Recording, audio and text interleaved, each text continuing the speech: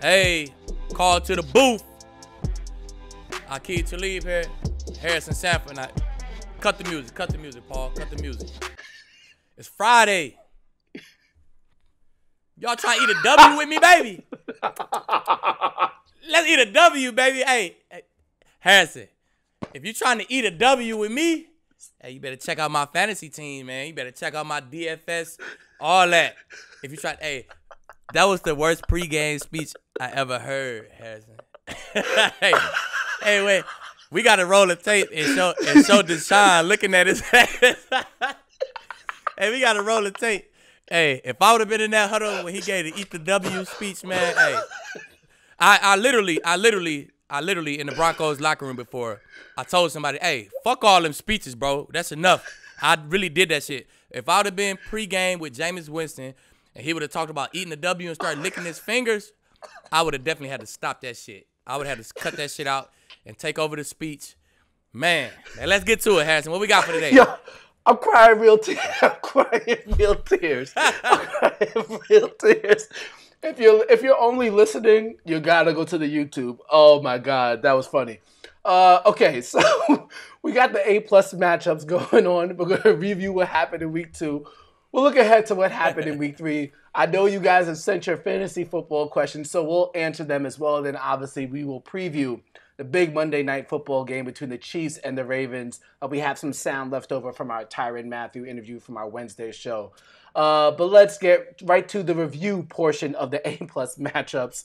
Stephon Gilmore, DK Metcalf. You predicted that Stephon Gilmore would lock him up. Ooh, and you kind of called out DK for his limited route tree.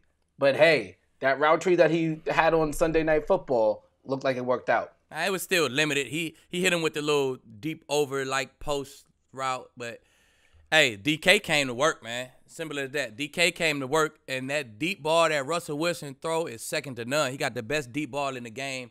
He was dropping them. He was dropping balls in the bucket, man, and it's hard to play like that when your quarterback is putting the ball where only you can get it. Chargers defense played well overall, did not get the win, but Travis Kelce obviously still one of the premier tight ends, and Patrick Mahomes, premier quarterback. How did you evaluate how Kelce performed against the Chargers? He did about what I thought he was going to do. I thought he'd have 100 plus and a touchdown. He had 99 and a touchdown, but they put him on that backside against Davis. He worked that backside. He worked the seams a little bit, and he did what he do in the red zone. So, hey, he did just about what I thought he was going to do. Now, I don't know if it was Darius Slay's eyes who got lost, but at some point the Eagles' eyes got lost on Tyler Higbee because he went off. Yeah, he did. We talked about Cooper Kupp and Robert Woods, one of those guys potentially going off against Darius Slay, whoever didn't get the shadow coverage, but it looked like Tyler Higbee was the big benefactor this past Sunday. It's super hard to follow against the Rams, man, just because all the tight bunches, all the receivers is close to the line, so many motions and stuff like that. So you probably don't want to follow against the Rams just because it'll create, you know what I'm saying, it'll mess your eyes up, man. Motions after motions and reverses and all that stuff. So Slay didn't follow, man. He stayed on the left. He probably going to follow this week, though. All right. So we reviewed, so it's time to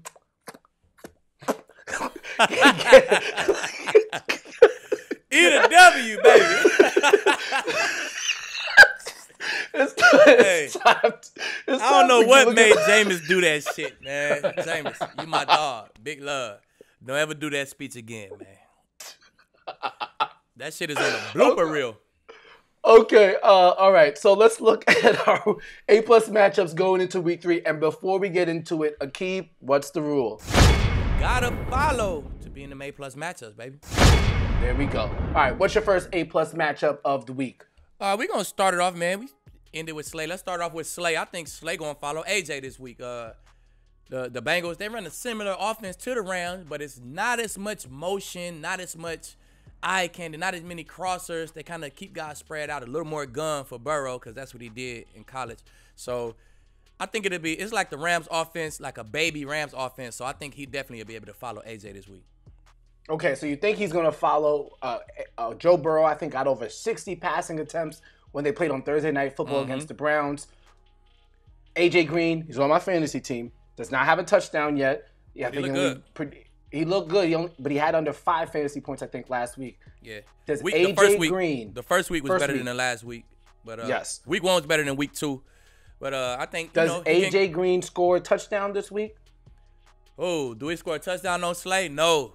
He don't score no touchdown, man. I think he get 70, 80 yards or something like that. But, man, Slay a different breed, man. Slay followed McLaurin week 1 and strapped him, gave him like 60, 70 yards. Man, McLaurin's probably the fastest guy, one of the fastest guys in NFL. So, he a hell of a receiver, too. He got with Pat P last week. Pat P started off following McLaurin, and they ain't work out too good, man. So, Slay do his thing, man. AJ don't score this week. It's going to be real hard for these wide receivers in these A-plus matchups, man. And I don't know what's going to happen to AJ, but I could see a lot of fantasy football players thinking about trading him if he has another subpar week, particularly if he doesn't get a touchdown. We'll talk about bigger matchups later in our primetime preview. Ravens, the secondary, top in the no-fly zone against the Chiefs. And obviously, we still have that matchup between the Packers and the Saints. But before we do that, our last A-plus matchup, we have Patrick Peterson from your number 5 no-fly zone secondary against potentially Kenny Golladay. Right. Now, Kenny Golladay coming back off that hamstring. And, usually when you're coming back off a hamstring, when you feel good, they make you wait another week. So, man, I expect him to be full speed when he come out on Sunday. And Pat P, he got into his follow mode last week. He followed McLaurin. He ain't fared too well against him. I mean, McLaurin had 125 in the tub. He didn't have that whole 125 yards on Pat P. He had about half of it. Half of it was against zone. But he had about half of them yards, 60 yards. But he did have that touchdown against Pat P. And when he scored that touchdown, I ain't going to say Pat P ain't want no more smoke. But Pat P ain't following him. Pat P ain't following him no more after that touchdown. So, you know what I'm saying? But I think that's a smaller receiver, speedy guy. I think he'd match up a lot better against a bigger, 6'3", 6'4", jump ball, route running kind of guy. So, man, this more Pat P speed right here, more his matchup. And I think he's going to want that get back because he's a competitive guy too. So, I think he's going to want that get back from his performance last week, man. He's going to come out and look at Golladay. Kenny Golladay has been waiting to play football all season. If there's one thing about Matthew Stafford, he's going to let that thing fly. He's going to let it fly. Does Kenny Golladay get in the end zone? I think Kenny Golladay get in the tub. I think Kenny Golladay get him a tub this week, man. I don't know if he get a bunch of yards. I just see something in the red zone, man. Them catching a nice little route, nice little double move or something, crossing route, broke tackle or something. I see him having low yards, but I do think he get a touchdown this week. That was one thing about Kenny Golladay that a lot of fantasy football players learned from last year. If there's anything else, Kenny Golladay is going to still somehow get touchdowns, even with great coverage around him. He's just one of those wide receivers in the league. I think that pretty much wraps up our A-plus matchups. We'll talk about those bigger matchups between units, like the Chiefs and the Ravens, later in the show. But when we come back, you guys sent us your fantasy football questions. Of course, we got to answer them. We'll be right back as we get some more. Try to get you some dubs on Call to the Booth.